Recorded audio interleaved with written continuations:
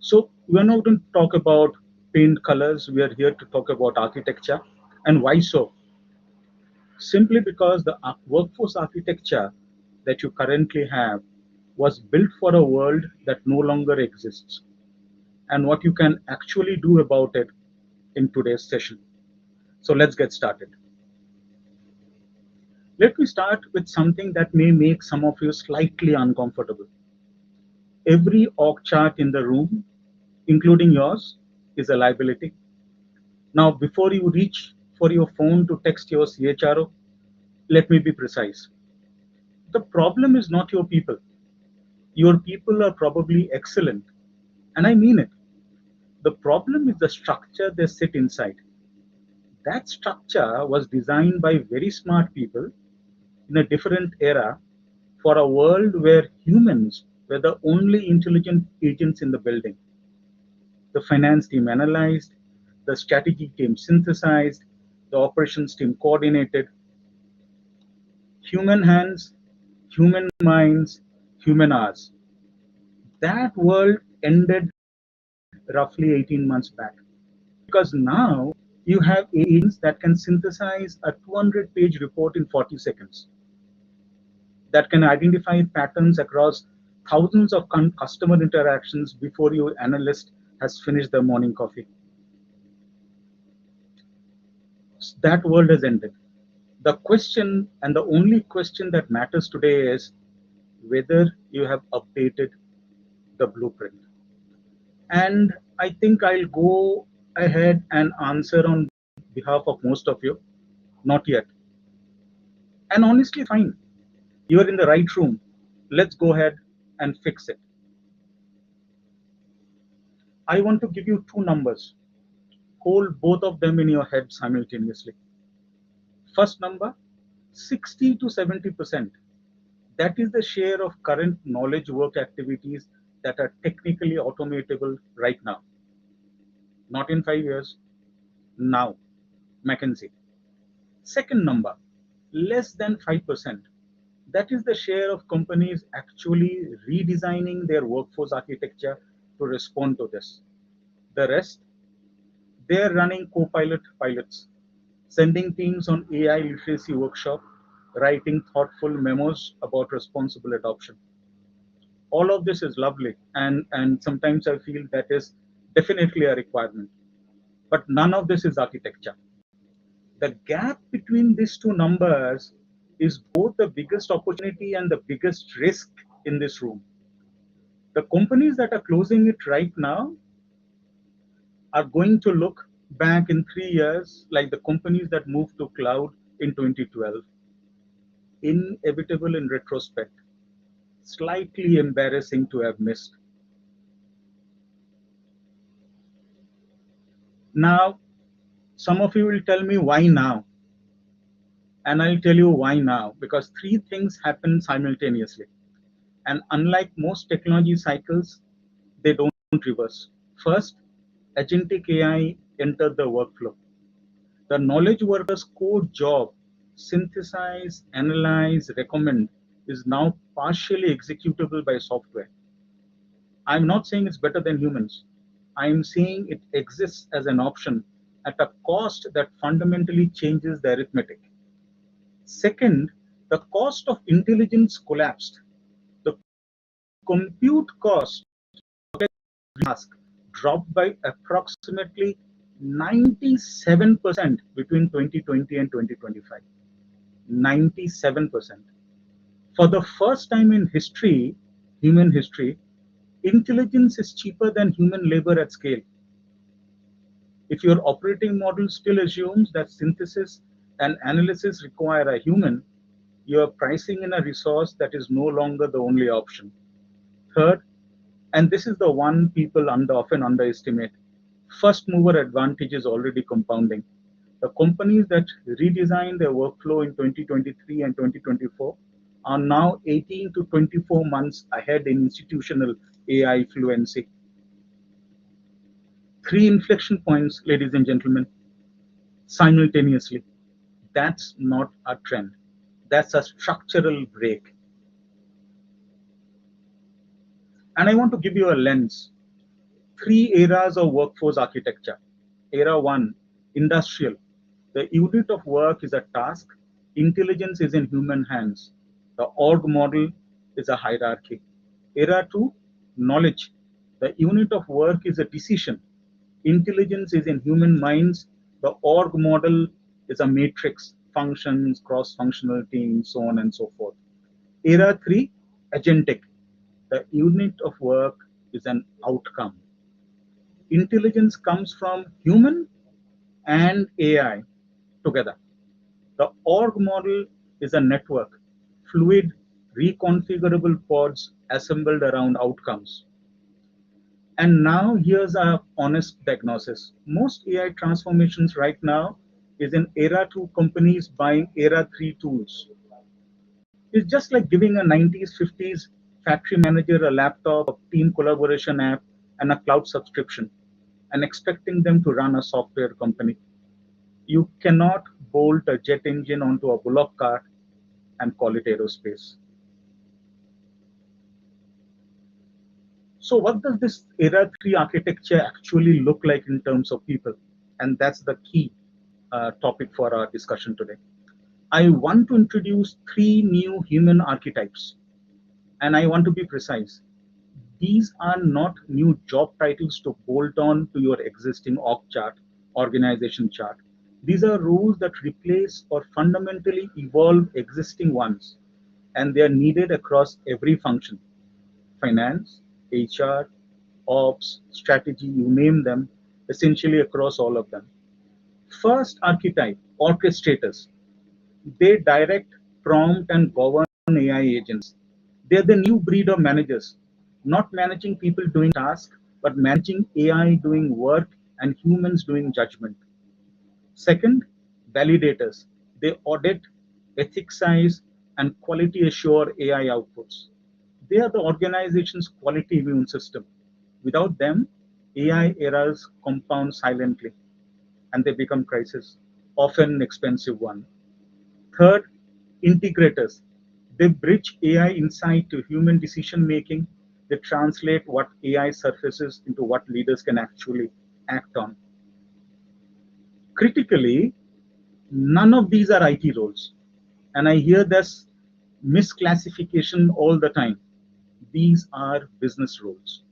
And I'm going to spend a couple of minutes on each of them because that's where they come to life. The orchestrator. Let me walk you through a day because that's where the abstraction becomes real. 8:30 a.m. reviewing the overnight AI agent output, not because they ran it, but because they govern it.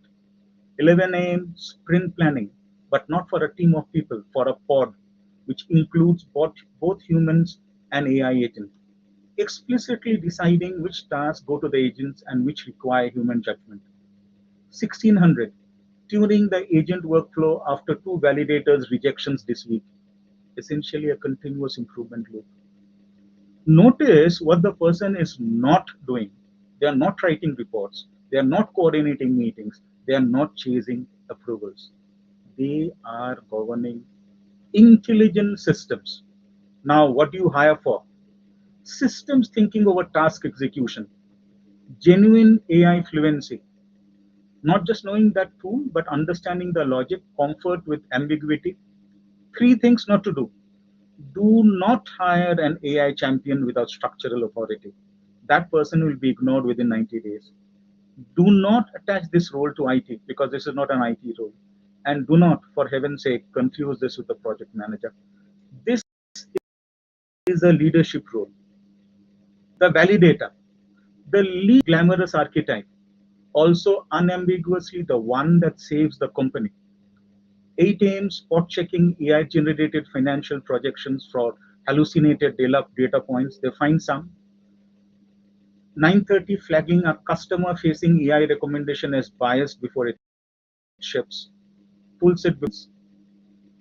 13:30 reviewing AI drafted contract clauses on behalf of the legal team. Rejects too. What to hire for? Deep domain knowledge. Whatever your sector requires, this person needs to understand the subject matter deeply enough to know when the AI is wrong. Essentially, the adversarial thinking. assuming the AI is wrong until proven right, just like what the lawmakers say. That is the correct starting assumption. The risk of not having this role, AI hallucination entering your decisions undetected, regulatory exposure on AI assisted outputs, brand damage, and perhaps most insidiously, no feedback loop to improve the models over time. The integrator, the rarest archetype, the most valuable, and I'll tell you upfront, you are not going to find this person on LinkedIn because this is the profile that doesn't exist in any standard job family. It's not a data scientist, it's not a strategist, it's both simultaneously, with the additional ability to translate between technical teams and executives in real time. A day in their life, 8:30 translating AI market sizing outputs into strategic options for the board, 12:30 mediating a conflict. The orchestrator and the CFO disagree on an AI generated forecast. The integrator understands and the model is actually saying, and the executive is actually asking. That bridges the gap. What to hire for? Strategic thinking and combined with data fluency, which is genuinely rare.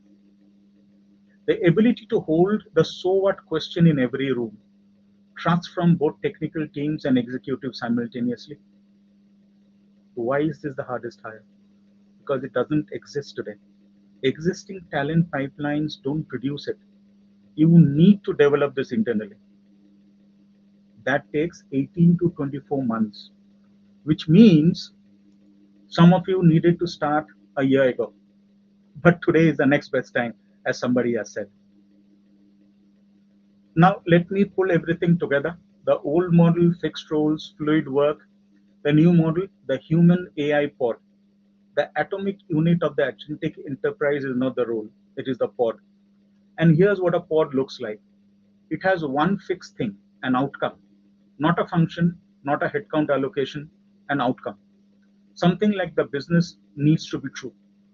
Inside the pod, an orchestrator, a validator, an integrator, and a set of AI agents with defined responsibilities. The humans govern, the AI executes and generates. They're measured on two things, velocity and judgment quality. No role in the pod is permanent. And compare that to the traditional model, even when the project ends, the team continues because the org chart has fixed people on fixed boxes. I want to take a step back and put this in a context that many of you will recognize because enterprise architects have been solving a version of this problem for 30 years. The foundational lesson of enterprise architecture is this. You cannot overlay new capabilities onto legacy architecture and expect transformation. When people tried to add ERP systems onto paper-based processes, it failed. When they tried to add cloud infrastructure onto on-premise governance model, it failed expensively and slowly. The reason is always the same. Business architecture, data architecture, application and technology architecture must be redesigned in concert, not patched layer by layer. The same principle now applies to what I'm calling the workforce architecture. And it has 4 layers and all need to move together. Business architecture, people architecture, process architecture, and intelligence architecture. So essentially, agents and the people working all in tandem, which is exactly what is happening in most companies now. They're investing on the intelligence layer, buying new AI tools, and leaving the other 3 untouched.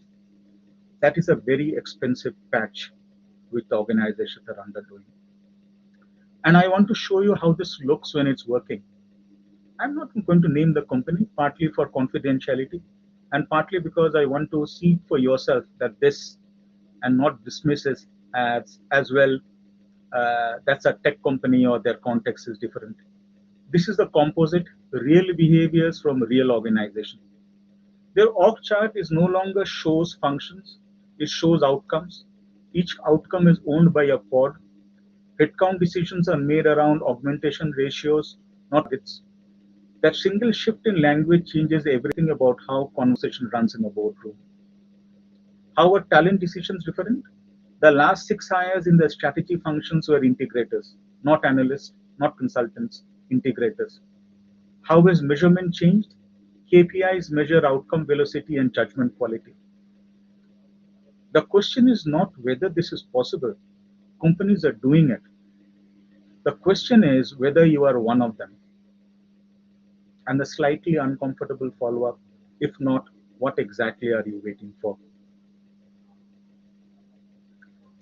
And I want to give all of you a diagnostic. 3 questions, answer them honestly, not for me, not for the room, just for yourself. Question 1, are your key performance indicators measuring outcomes or activities? AI eliminates the relevance of activity measurement entirely. If you're still tracking activities, you are designing for a world where effort is a proxy for value. That world is ending. Question number 2, are your AI tools assigned to individuals or to workflows? Most companies answer individuals. We give that person Copilot, we give that team access to Claude. When you assign AI to individuals, you get productivity gains at the individual level, but they don't compound. Value compounds in systems and workflows. Like I was telling this to a client of mine, giving an employee a faster typewriter doesn't change the architecture of the publishing house. Question number 3, is your organization structure based on functions or outcome? Functional silos are era 2's architecture. AI creates cross-functional intelligence that no single function can own. So count your patching answer. Score 2 or more, you are not transforming. So that's where you need to start relooking and revisiting. Now, whenever I give such talks, they all end with a grand call to action.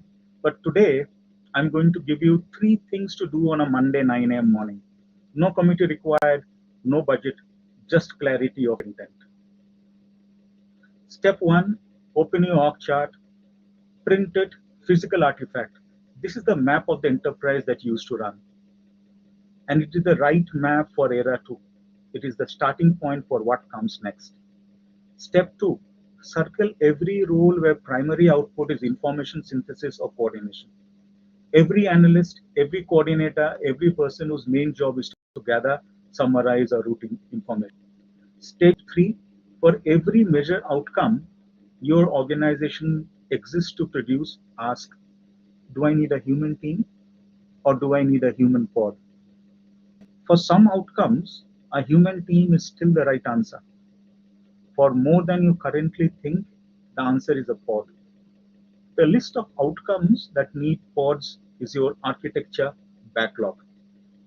Start here, not with a vendor presentation, not with an AI strategy deck, with that particular list.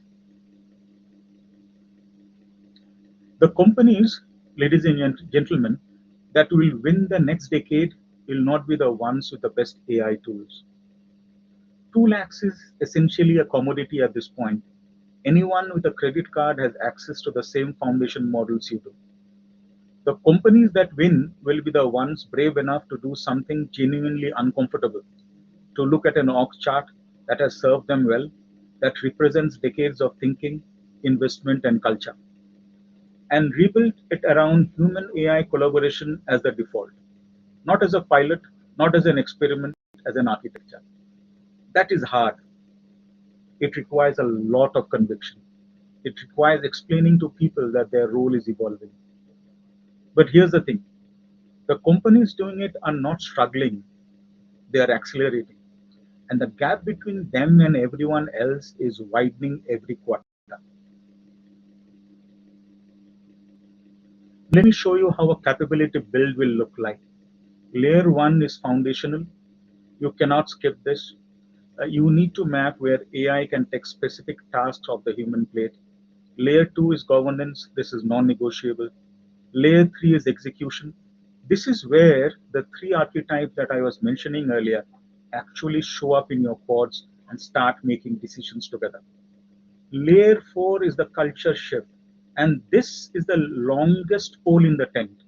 It's where leadership behaviors changes, where KPIs shift, where people stop being measured on activity and start being measured on outcomes. Most companies are trying to do all the four layers at once. That doesn't work. The sequence matters. That is where people like us come in to support different organizations.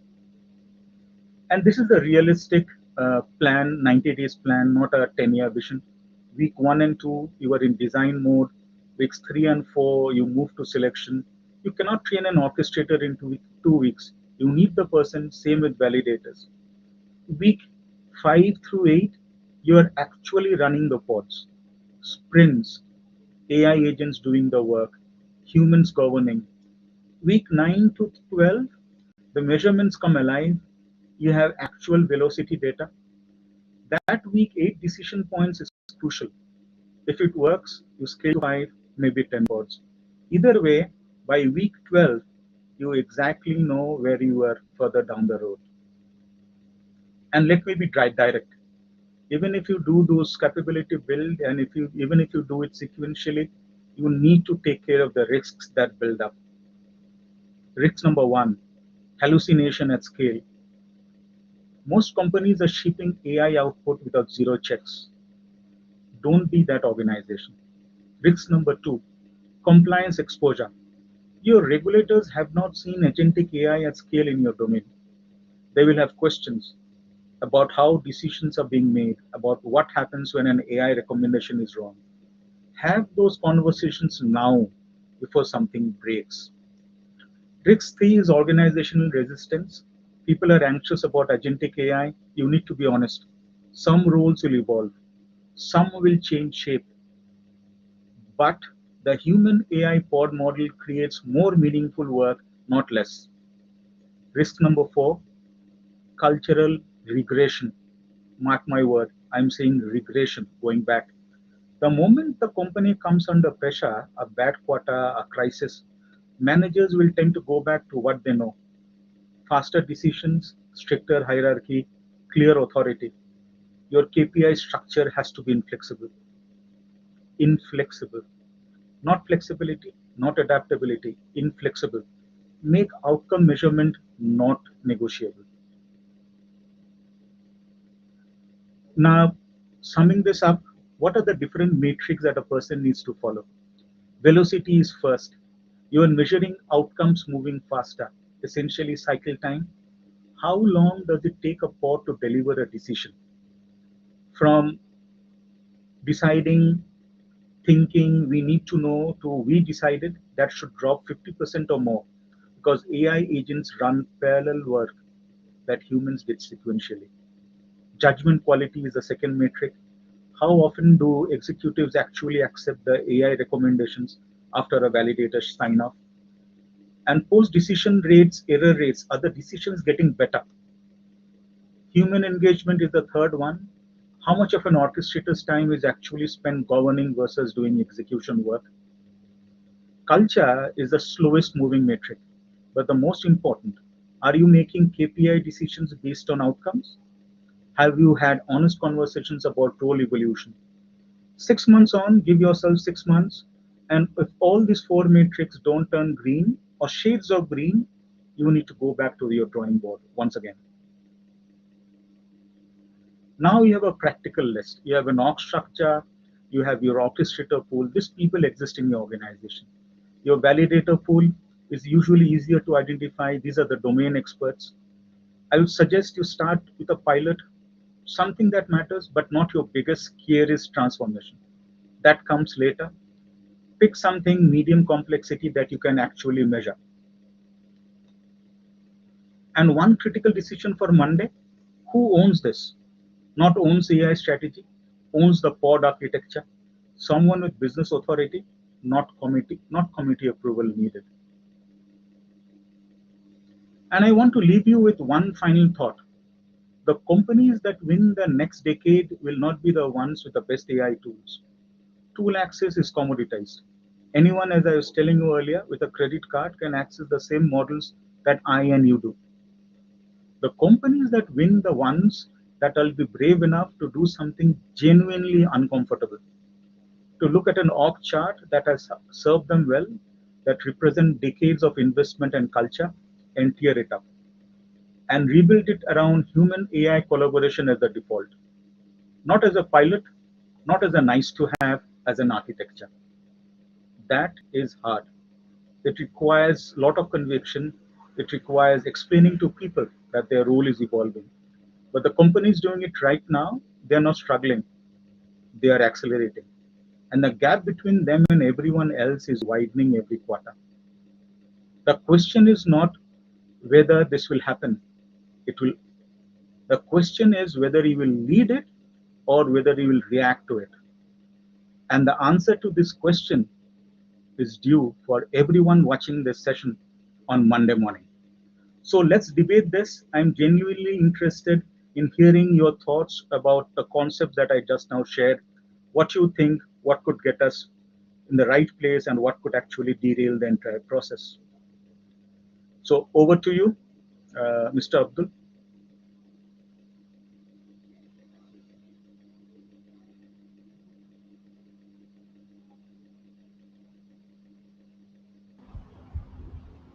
Yeah, very interesting session, Mr. Raja. Thank you very much. Very insightful. I just keep thinking about it. Thank you very much. I just There are so many things to talk about. Uh, you talk about cultural regression. That's something it touch me. Okay, can you give just a little brief about this, because this is so important, and open the door for the questions. Mhm. Yeah. Uh, so when I say cultural regression, I'm essentially thinking people resisting the change. People usually don't want to move away from the comfort zone. And the Mhm. moment you start talking of human and AI pods working together, there is a resistance. And even after coming away with that resistance, what I'm saying is the moment there is an opportunity of things slipping, not things progressing, things slipping, things not working the way they should, outputs not coming the way they should, errors from propping up because of whatever Mhm. reasons, there'll Mhm. be a tendency for managers to go back to the old ways of working. They Okay. they will shout and say to the CEO, look, you brought in a new org structure, a human AI pod, but not now it's not working. Let me go back to my org structure of a team leader, senior manager, associate vice president, and a processor. Let me go back to that. I know what to do. That's what I fear from. That more than moving forward, if you don't actually have change champions in place, there will be a tendency of people to come back. That's the cultural regression I was talking about. Very nice, very important. There are some questions. I think let's take up that question, which is the latest one.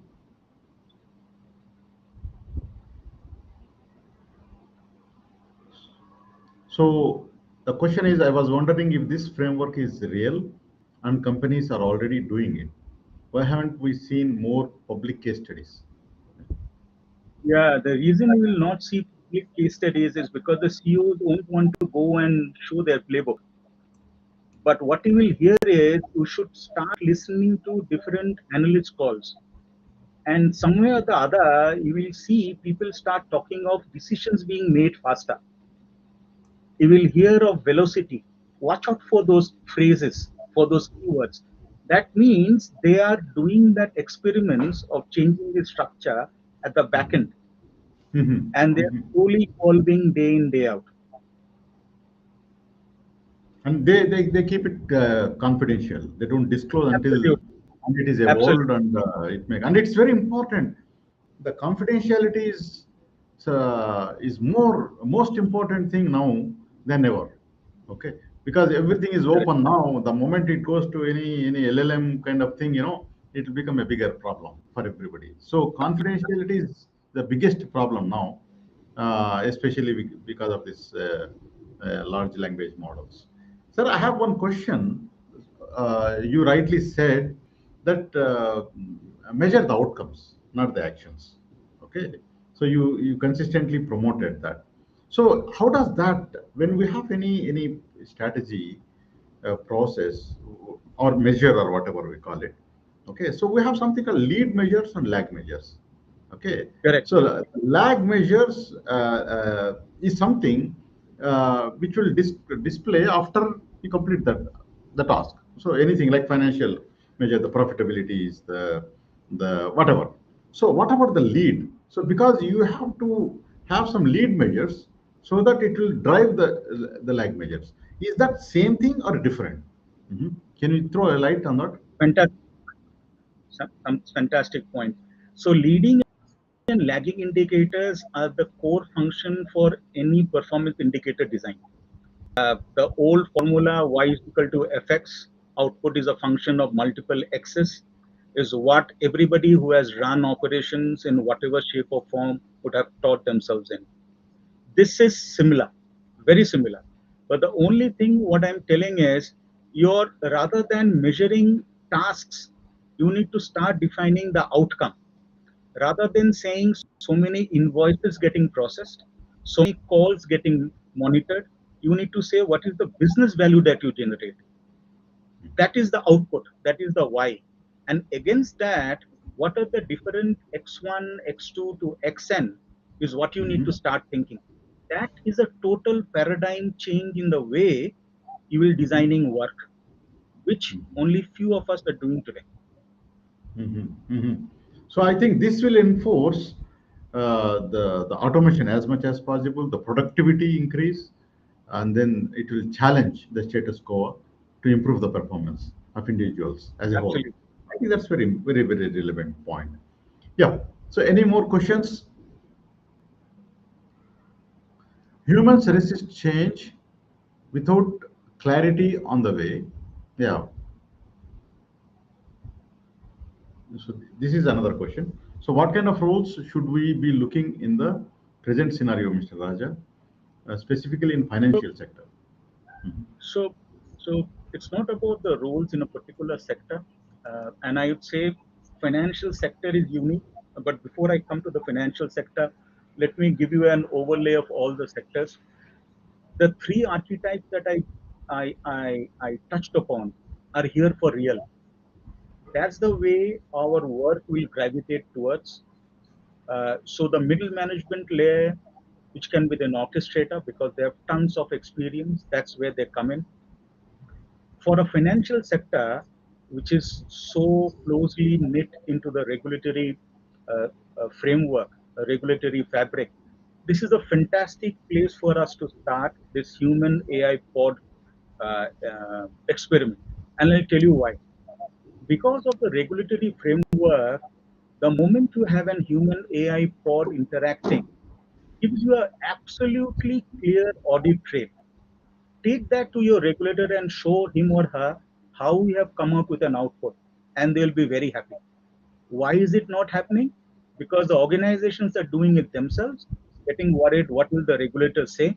The regulator on the other side hasn't seen agentic AI in the scale. Banks are not talking with the ombudsman. You need to start talking with the regulatory authority. And financial sector is a fantastic place to do all these human AI pods interactions. What roles? You can pick up any role that you gradually gravitate towards. Because now, forget the old boxes in the org structure. Today, you can pick up any one of these roles and think of an outcome that you need to drive rather than what your KRA was mentioning. That is a paradigm shift. The moment you start thinking that way, you are in a totally different zone of evolution. Fantastic. Okay, there is another question from Mark Blackwell. Uh, can you highlight, Jyoti? The humans resist change. No, not that question. Sorry. Yeah. So human resist change without clarity on the way, on the why, either because there is no leadership communication or because there is no supporting business strategy where AI enables the implementation. So any comment on that? Mhm. Yeah, I think it's a fantastic thought, Mark. And I agree. Uh, and I was telling you repeatedly in this entire session, this entire change needs a lot of conviction from the leadership because on one hand they have the investors, on the other hand they have the regulators, and the last bit of this entire puzzle is the team that they have. So they are in a very tightrope situation. Who comes on the priority list is the ever evolving uh, mechanism that they need to manage. That's where the challenge is. And I have seen leaders pick up small areas and do this as an experiment. The example that I was giving you is that example. They've done it in only a specific group, not across the entire organization. The more the results come out, the more favorable the results come out over a period of time, they are going to cascade that down across the organization. But absolutely valid point, Mark. Change resistance and cultural regression are close cousins. So that's the way I see it. I think just to add to this point, usually when we have a large transformation initiatives, so management is one of the discipline for that. Okay, that is Absolutely. fantastic. But now the change is so drastic and so much. Okay, so this is becoming a much bigger challenge. I don't think, in my personal opinion, the existing change management tools are not really will be effective with the same approach. Now, this is something, it will be more practical, more rigorous, and it should be easy also. Okay, so what do you think about the change management processes, Mr. Raj? So the role that I flashed last, the integrators, and I said, you are not going to find that role on LinkedIn because that doesn't exist today. They have to be developed internally. Those are the guys who will be your change managers because they know the process, they know how to tackle different stakeholders, and they are also very good change managers because they are the one who are going to sit across the table, work with different teams, and say AI is making sense. That's the change manager we need to identify. We don't need tools. We need those people getting People. trained now because it takes time. It takes a year and a half for them to really shape up that way. Hmm. Yeah, so there is one question from my friend Abdulaziz Al Yagud. How are you, Abdulaziz? Long time. Okay, so Mr. Sheikh, the marketplace strategy need AI. This is the big challenge now. That's a question. Uh, the marketplace strategy need AI? That's a question, and this is a big challenge now. So would you? So I think a marketplace or an aggregator definitely needs an AI strategy. But if you start breaking that down, if you just start unpeeling that like an onion, the core is the strategy that the organization needs to follow. What are they planning to do? Am I going to start small with a particular center of excellence, or scale it up, or target different business units? The moment I'm clear on that, I can start thinking on how the marketplace strategy will work out. Mhm. Correct. So my personal opinion is the change is not only for the people. The change management is required even for the companies. Now, how this whole AI adoption and also any other uh, disturbances in West Asia kind of thing, how the organization should be able to adopt to the change. This is a big challenge. Some organizations do it very well. Some organizations, in panic or whatever, they might take some wrong decisions or whatever. This may create a bigger problem for the organizations. So the clarity of change is required at the individual level, at the team level, and at the organization level. That is very important, Raja.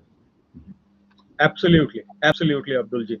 And the way I see this, even if you think of the current VUCA situation, I think this is the right time for us to experiment with AI because the more we experiment with AI, gives us a runway to make mistakes. We will Yeah. learn as we go. Not trying to learn is worse than failing. That's the way I see this. The more you learn, the more experiments that you do with AI, you'll become those organizations will actually tear away the old structure and build something new. Hmm. And they are the Correct. organizations where people will be wanting to work in for the next 20, 30, 40 years. Great. So one more question from Balaji, Aditya Chavan. Can you just flash that question, Jyoti? So just I will read it out. Uh, what about the organization size? Yeah, this is one more question. Okay, I'm not sure Organization about. matter. Organization size really doesn't matter. It could be a small, it could be a behemoth, it could be a multinational, it could be geographically limited. It all depends on what the intent is. Am I going to make that change for my people and for the organization survival long term? If the answer to the question is yes, I better need to start moving into new ways of working. I need to go back to my architecture and start designing that an AI pod. If not, let's not change. Okay, fantastic. There is a question. Do the leaders need recruit more personal assistants and personal secretaries in the AI era? this is this I is think very it interesting. depends. This Yeah, is very interesting. I think it depends on what you want to do. If you feel that more AI assistants are going to help you, I don't think it adds any value. The value is in the outcome. If having two personal assistant bots helps you achieve more outcome than having somebody else, go for it. But the rationale for every decision is the business value that the AI will generate for you, nothing else. I think this question is a little different, Raja. So what Dr. Tangala is asking is, do leaders need to recruit more personal assistants, the people, I think, okay, and personal secretaries in the new era. So they need to have the team to help CEO or something, a person who knows more about AI, MMA. Okay. So what is your So take on that that? It's very interesting. Yeah, so it's getting covered under the human AI pod, the three archetypes that I discussed. It could be an integrator, a validator, or the other guy. So that's the way you need to start thinking, and essentially don't go back to the old ways of putting boxes and a structure, the CEO minus one, CEO minus two to the nth level. That's not going to work. Put boxes with an outcome, put boxes with the three archetypes and plan. Fantastic. Excellent. I think that this could we'll take a last question because we run out of time. Raja, is this applicable for startups at different stages? Of course, or investors being really look for these strategies or the blueprint when they invest in the business at the different stages of the project. Yep, very I interesting. think this is a fantastic question and deeply thought through. I think for a startup the priorities are different initially, but the moment you start showing that you have started thinking on a long-term vision of your organization, that definitely adds a lot of value for your conversations with the investors. So I think a two-pronged answer, not an immediate need as the established organization, but this is definitely a value-added conversation with your investors. So if you ask me, Balaji, this will be definitely a good idea for you to put this into your pitch decks, saying you are thinking of the long term and this is your long-term vision. Fantastic question. I think Yeah, that's this is very a very interesting insight, Raja Garu. I really enjoyed. So your explanation of the model and the insights, the questions, audience. Thank you, audience, for the fantastic questions. If you have any more questions to Mr. Raja, please post it. We'll make sure that these questions get answered. So thank you, Rajaji. Thank you very much, and for thank joining the session. It's a wonderful lecture. Thank you very much.